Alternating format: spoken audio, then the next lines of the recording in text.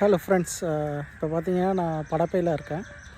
So படப்பையில் பார்த்தீங்கன்னா இது படப்பை bus ஸ்டாண்ட்லேருந்து ஒரு 1/2 கிலோமீட்டர் உள்ளே இருக்குது.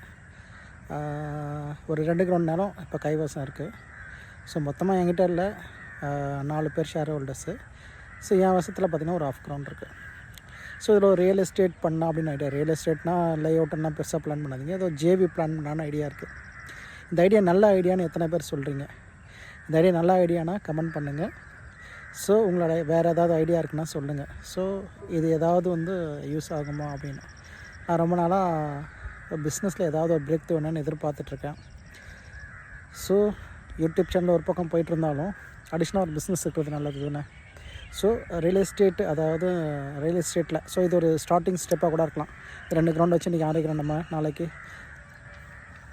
பல ஏக்கர்களுக்கு 1000 ஏக்கர்களுக்கு அதிபதியாக கூட ஆகிறதுக்கு வாய்ப்புகள் இருக்குது.